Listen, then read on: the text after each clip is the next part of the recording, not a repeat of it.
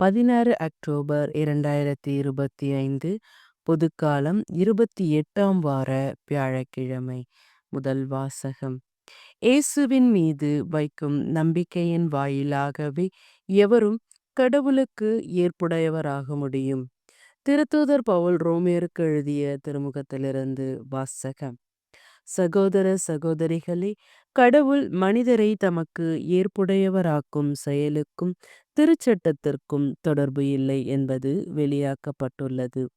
திருச்சட்டமும் இறைவாக்குகளும் இதற்கு சான்று பகர்கின்றன. இயேசு கிறிஸ்துவின் மீது கொள்ளும் நம்பிக்கையின் வழியாக கடவுள் மனிதரை தமக்கு ஏற்புடையவராக்குகிறார். நம்பிக்கை கொள்வோர் அனைவருமே அவர் ஏற்புடையவராகுகிறார். அவர் வேறுபாடு காட்டுவது இல்லை. ஏனெனில் எல்லோரும் பாவம் செய்து கடவுள் கொடுத்த மேன்மையை இழந்து போயினர். ஆயினும் அனைவரும் கிறிஸ்து இயேசு நிறைவேற்றிய மீட்புச் செயலின் மூலம் கடவுளுடைய அருளால் இலவசமாய் அவருக்கு ஏற்புடையவர்கள் ஆக்கப்படுகின்றனர். இரத்தம் சிந்தி மனிதருடைய பாவத்துக்கு கழுவாய் ஆகுமாறு இயேசுவை கடவுள் நியமித்தார். அவரிடம் நம்பிக்கை கொள்ளுவோருக்கே அவ்வாறு செய்தார். கடவுள் கடந்த காலத்தில் மனிதர் செய்த பாவங்களை கண்டு கொள்ளாமல் விட்டுவிட்டார். இவ்வாறு மனிதரை தமக்கு ஏற்புடையவராக்கும் முறையை அவர் காட்டினார். இக்காலத்தில் தமது நீதியை கடவுள் பொறுமையோடு காட்டி வருகிறார். ஆம், அவர் நீதி உள்ளவர். இயேசுவின் மீது நம்பிக்கை கொள்வோரை தமக்கு ஏற்புடையவராக்கி வருகிறார். அப்படி இருக்க பெருமை பாராட்ட இடமில்லை. எந்த அடிப்படையில் பெருமை பாராட்ட இடமில்லை? செயல்களின் அடிப்படையிலா? இல்லை, நம்பிக்கையின் அடிப்படையில்தான்.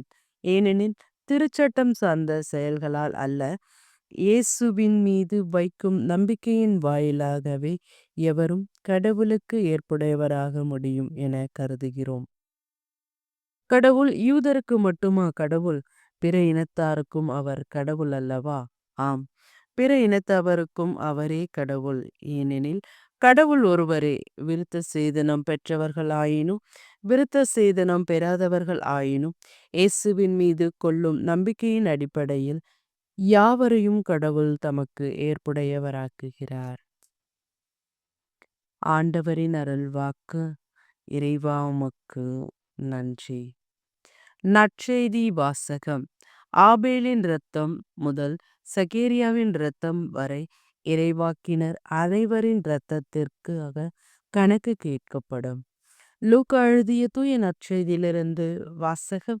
அக்காலத்தில் இயேசு கூறியது, ஐயோ உங்களுக்கு கேடு, ஏனெனில் நீங்கள் இறைவாக்கினருக்கு நினைவு சின்னங்கள் எழுப்புகின்றீர்கள், ஆனால் அவர்களை கொலை செய்தவர்கள் உங்கள் மூதாதையர்களே. உங்கள் மூதாதையரின் செயல்களுக்கு நீங்கள் சாட்சிகளாயிருக்கிறீர்கள்.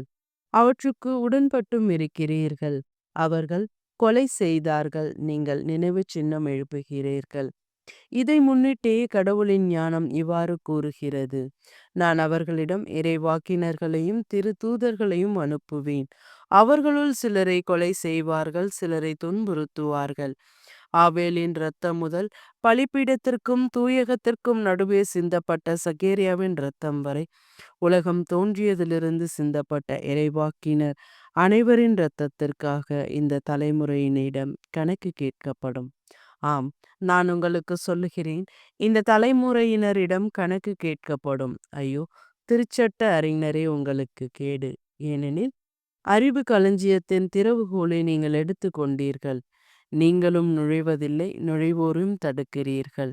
இயேசு அங்கிருந்து புறப்பட்ட பொழுது மறைநூல் அறிஞரும் பரிசேயரும் பகைமை உணர்வு மிகுந்தவராய் அவரது பேச்சில் அவரை சிக்க வைக்குமாறு பல கேள்விகளை கேட்டனர். ஆண்டவரின் அருள்வாக்கு. கிறிஸ்துவே உமக்கு புகழ்.